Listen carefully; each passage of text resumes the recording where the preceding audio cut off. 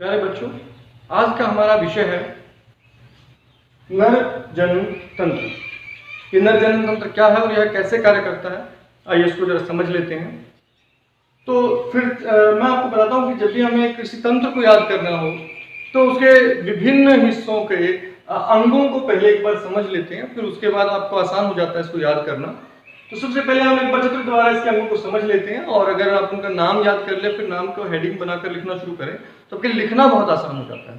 तो सबसे पहला अंग जो हम नर जनन तंत्र में पढ़ते हैं वो होता है वृषण। ये जो अंग है अंडे के आकार का आप देख रहे हैं, एक अंग ये है वृषण। ये नर में यानी कि पुरुषों में रहता है, तो नर जो है उनमें ये वृषण पाया जाता है। अधिकतर स्तनपायी जो हमारे जीव हैं उनमें वृषण उपस्थित होते हैं जनन अंग के रूप में। ये प्राथमिक अंग है, अंडाकार होता है। इसका काम क्या है? इसके दो मुख्य काम हैं। एक तो ये है शुक्राणु उत्पन्न करता है, और दूसरा इसका जो काम है वो ये कि ये टेस्टोस्टेरोन नाम का हार्मोन स्रावित करता है, जो कि पुरुषों में जो पुरुषोचित लक्षण है, दाढ़ी मूछ का आना, शरीर पर बालों का उग जाना, या फिर चेहरे आवाज का भारी हो जाना, कंधों का चौड़े हो जाना, मांसपेशियों का सुगठित हो जाना, ये सब जो बदलाव जो एक पुरुष को पहचानने में मदद करते हैं, ये जो प्राथमिक लैंगिक लक्षण है, गौण लैंगिक लक्षण जिन्हें हम कहते हैं, ये गौण लैंगिक लक्षणों में वृषण से स्रावित टेस्टोस्टेरोन हार्मोन की वजह से आते हैं। तो एक सबसे पहला प्राथमिक अंग जो है हमारे पास वृषण है। वृषण के बाद जो अगला प्राथमिक अंग है, अब वृषण को आप देख रहे हैं तो वो एक थैली में है, वो एक थैली में है। इस थैली को हम कहते हैं वृषण कोश। इस थैली को हम वृषण कोश कहते हैं। ये थैली में क्यों है, ये बात जान लेना भी बड़ा महत्वपूर्ण है, बड़े काम की बात है कि ये एक अलग थैली में क्यों है। ये उदर गुहा जो हमारी है, ऊपर का जो हमारा स्टमक होता है, उदर गुहा जिसे हम बोलते हैं, पूरा का पूरा जो ऊपर का हिस्सा है, उसका तापमान कितना है? शरीर का तापमान हमारा 37 डिग्री रहता है, तो उदर गुहा का तापमान भी 37 डिग्री होगा। शुक्राणु उत्पन्न करने के लिए 37 डिग्री सही तापमान नहीं है। तो ये जो थैली है नीचे की ओर लटकी हुई है, उदर गुहा से बाहर आ गई है, इसका तापमान लगभग 2 डिग्री कम रहता है, और ये उचित तापमान है शुक्राणु को उत्पन्न करने के लिए। इसमें 1 से 3 डिग्री का अंतर रहता है, लगभग 2 डिग्री का अंतर इसमें होता है। तो ये जो अंतर है, ये अंतर हमारे शुक्राणु उत्पन्न करने के लिए सबसे सही अंतर है, सबसे सही तापमान है। तो एक फायदा इसका थैली में रहने का ये होगा कि इससे तापमान कम हो गया और शुक्राणु उत्पन्न करने के लिए सही तापमान मिल गया। तो यह थैली में होता है। उसके बाद अगर आप वृषण के पास से देखें तो यहाँ एक कुंडलिक नलिका है, इसको हम बोलते हैं अधिवृषण। वृषण के बिल्कुल साथ में आप देखें तो एक और नलिका उसके साथ जुड़ी हुई है, इसको हम बोलते हैं अधिवृषण। शुक्राणु जब बन जाते हैं तो वह इस नलिका में आ जाते हैं। इस नलिका में शुक्राणु के साथ एक तो विकास होता है शुक्राणु का इसी में, और शुक्राणु बनकर संचित भी इसी नलिका में होते रहते हैं। तो यह है अधिवृषण। अधिवृषण के बाद आप दूसरी नलिका देख रहे हैं, ये जो नलिका है ये शुक्राणुओं को लेकर जाती है आगे, तो इसको इसीलिए हम इसको बोलते हैं शुक्र वाहिनी, शुक्राणुओं को ले जाने वाली। अगर आप शब्दों पर ध्यान दें तो आपको अधिकतर चीजें समझ आ जाएंगी। शुक्राणु को ले जाने वाली शुक्र वाहिनी, ये जो शुक्र वाहिनी है ये बहुत आगे जाकर फिर शुक्राशय से आने वाली नली से जुड़ जाती है। शुक्राशय से आने वाली नली से जुड़ जाती है, और जहां ये शुक्राशय से आने वाली नली से जुड़ गई है, अब ये दोनों उभय नली एक बन गई है, जिसमें शुक्राशय और शुक्राशय नली मिल गई है। इस नली को हम बोलते हैं स्खलन नलिका। स्खलन नलिका, तो ये स्खलन नलिका बन गई है। इससे आगे की अगर हम बात करते हैं, फिर ये आगे जाकर मूत्र मार्ग से जुड़ जाएगी, और मूत्र मार्ग के जहां जुड़ती है ये, वहां आप देखें तो यहाँ एक ग्रंथि है, इस ग्रंथि को हम बोलते हैं प्रोस्टेट ग्रंथि। प्रोस्टेट ग्रंथि है, और ये जो मैंने आपको बताया, ये जो ग्रंथि है इसका नाम हमने रखा है शुक्राशय।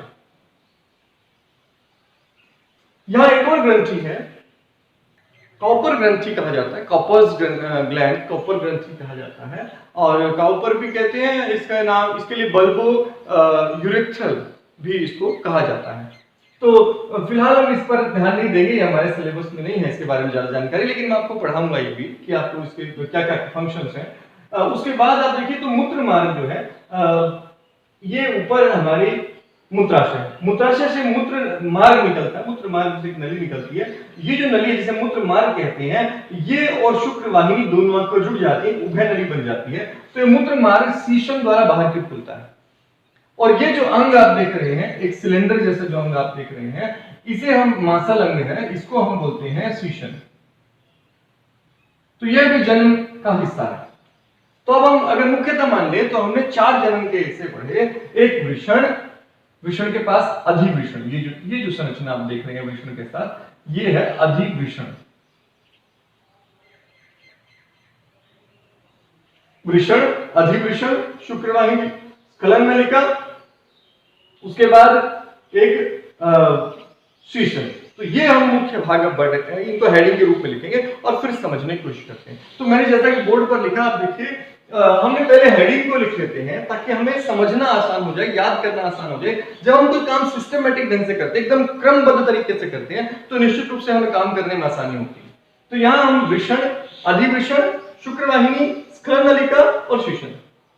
तो अब वृषण जो है ये प्राथमिक नर जन्म अंग है। ये प्राथमिक नर जन्म अंग है। ये कोमल आकार संरचनाएं होती हैं और ये थैलीनुमा संरचना में बंद होती हैं, जिसे वृषण कोश कहते हैं। तो मैंने बताया कि एक थैलीनुमा संरचना में लटके रहते हैं ये, इन्हें हम बोलते हैं वृषण कोश। तो वृषण कोश कहते हैं। वृषण कोश टांगों के बीच में उदर गुहा के बाहर स्थित होता है। आपने देखा कि उदर गुहा के बाहर स्थित है। तो यहाँ हम एक और इसमें नीचे हेडिंग जोड़ सकते हैं कि इसके कार्य हम लिख सकते हैं। यदि हम यहाँ लिखे वृषण के कार्य, तो क्या लिखेंगे? वृषण के 2 कार्य हैं। एक, यह शुक्राणु उत्पन्न करता है और दूसरा, यह टेस्टोस्टेरोन नाम का हार्मोन स्रावित करता है। तो हमने 2 काम यहां पढ़े। इसके बाद हम बात करते हैं अधिवृषण की। ये लगभग 6 मीटर लंबी अतिकुंडित नलिका, बहुत लंबी और बहुत कुंडलित नलिका इसके बीच में रहती है, तो इसे हम अधिवृषण बोलते हैं। और जो वृषण के साथ जुड़ी होती है, तो वृषण के बिल्कुल साथ जुड़ी हुई है, अतिकुंडलित है। इसका कार्य क्या है? मैंने आपको कार्य बताया था। एक तो शुक्राणु जब उत्पन्न हो जाते हैं तो इसमें आ जाते हैं, तो यह शुक्राणु इसमें अस्थायी रूप से संचित होते रहते हैं। और दूसरा, जो समय उन्हें मिलता है उसी समय विकसित भी इसी में होते रहते हैं। तो यहाँ अस्थायी रूप से संचित होते हैं और विकसित, जो उनकी परिपक्वता है, वो परिपक्वता जो है वो यहाँ आती रहती है, तो परिपक्वता आ जाती है। उसके बाद अगली जो है वो शुक्रवाहिनी। ये अधिवृषण से शुरू हुई यहाँ से शुक्रवाहिनी, और यहाँ से होती हुई यहाँ मूत्र मार्ग तक पहुंची।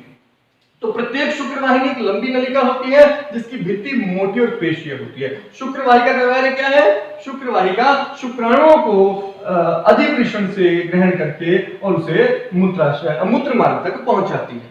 ठीक है। तो स्खलन नलिका क्या है?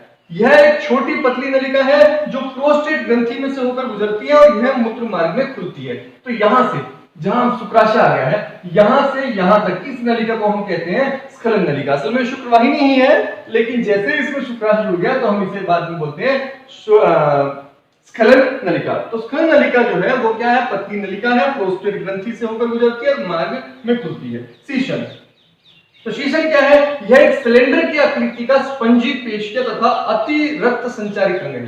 तो यह सिलेंडर बेलन के आकार का होता है और स्पंजी है, स्पंजी है और पेशीय तथा अति रक्त संचार, इसमें रक्त बहुत संचार होता है, तो रक्त संचार के कारण यह जनन अंग के रूप में काम आता है। तो फिलहाल आप देखिए, हम फिर से एक बार पढ़ लेते हैं कि वृषण के बारे में हमने पढ़ा। 2 कार्य हैं, शुक्राणु उत्पन्न करता है और टेस्टोस्टेरोन हार्मोन स्रावित करता है। अधिवृषण में क्या होता है? अधिवृषण में शुक्राणुओं को परिपक्वता आती है।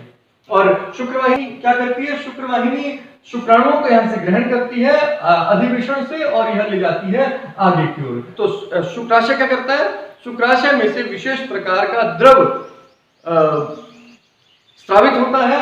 यह स्राव और प्रोस्टेट ग्रंथि का स्राव, ये दोनों आपस में मिलकर शुक्राणुओं के साथ मिल जाते हैं। आप ध्यान दीजिए, वृषण से क्या आए हैं? वृषण से केवल शुक्राणु आए, केवल शुक्राणु आए। ये शुक्राणु जीवित नहीं रह सकते पोषण के बिना। तो इन शुक्राणुओं को एक विशेष प्रकार का द्रव मिल जाएगा इनमें। ये चिपचिपा द्रव होता है, पोषण से भरपूर होता है और यह शुक्राणुओं को गति करने के लिए एक आधार भी देगा और साथ साथ पोषण भी देगा। तो ये दोनों जब जुड़ जाते हैं तब इसे कहा जाता है वीर्य। तो ये वीर्य कैसे बना? प्रोस्टेट ग्रंथि और शुक्राशय से स्रावित द्रव के मिलने के कारण बना। ये 2 कार्य कर रहा है। एक तो इसे पोषण प्रदान कर रहा है, साथ ही साथ हमने कहा था ना जो शुक्राणु होते हैं हमारे वो गतिशील आधार होता है, तो गतिशील होते हैं। अब ये क्योंकि गतिशील होते हैं तो इन्हें गति करने के लिए एक माध्यम चाहिए, तो वो जो तरल माध्यम है वो इन्हें ये द्रव जो प्रोस्टेट ग्रंथि और शुक्राशय द्वारा स्रावित किया गया है ये देगा। तो इसके बाद हम यहाँ एक और देखते हैं, मैंने कहा था ये कॉपर जो ग्लैंड है, ये काउपर ग्लैंड क्या करती है, ये काउपर ग्लैंड शुक्राणु से जब शुक्राणु और वीर्य जो है वो प्रवेश करता है नलिका में, इससे ठीक पहले एक स्त्राव छोड़ती है, एक द्रव छोड़ती है। ये द्रव करता क्या है, ये द्रव इस नली में ऐसा हो सकता है कि मूत्र के कारण यह नली अम्लीय हो जाए, तो यदि ये अम्लीय होगी तो इससे शुक्राणुओं को हानि पहुंच सकती है, वो नष्ट हो सकते हैं, उनका पीएच ठीक नहीं रहेगा। तो इसके पीएच को ठीक रखने के लिए जब वो यहां से गुजरता है नलिका में से, तो इस नलिका में से गुजरने के दौरान वो पहले द्रव निकलता है, ये द्रव उदासीन कर देता है इस नलिका को, इसकी अम्लीयता को समाप्त कर देता है। इसके बाद शुक्राणु यहां से निकलते हैं। सीशन जो है वो क्या कार्य करता है, सीशन का कार्य है एक तो मैथुन का कार्य करता है, संभोग के अंग के रूप में है, मैथुन कार्य करता है, और दूसरा जब शुक्राणु निकलते हैं तो शुक्राणु को योनि के अगले भाग तक, अंतिम छोर तक छोड़ आता है, ताकि वहां से शुक्राणु गर्भाशय से होते हुए डिंब वाहिनी तक पहुंच सके और निषेचन हो सके। तो ये हमने पढ़ा नर जनन अंगों के बारे में।